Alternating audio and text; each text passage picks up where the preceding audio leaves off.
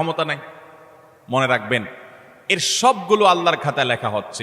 একটি পাপ এমন নাই, একটি জুলুম নাই যে জুলুম আল্লাহর খাতায় লেখা হচ্ছে না। নবী করিম সাল্লাল্লাহু আলাইহি ওয়াসাল্লাম সেজন্য বলেছেন, সেদিন আসার আগে নিজেদের এই সকল মামলাগুলোকে নিষ্পত্তি করে ফেলো, মানুষের অধিকারগুলো দিয়ে ফেলো, যাদের প্রতি জুলুম করেছ মাপ চেয়ে সেগুলোকে ক্ষমা চেয়ে সবগুলোকে চূড়ান্তভাবে নিষ্পত্তি করে ফেলো।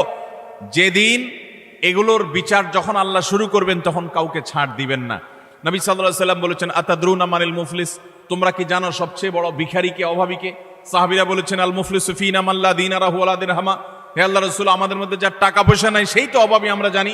নবীজি সাল্লাল্লাহু আলাইহি ওয়াসাল্লাম বলেছেন, আরে সেই অভাবী আসল অভাবী না, আসল অভাবীর পরিচয় তাহলে শুনো। একটা লোক দুনিয়াতে অনেক কোরআন তেলাওয়াত করেছে, অনেক তাসবিহ জপেছে, অনেক হজ উমরা করেছে, অনেক বেশি ইবাদত বন্দেগী করেছে, অনেক নফল নামাজ পড়েছে, নফল রোজা রেখেছে, অনেক দান সাদাকা করেছে,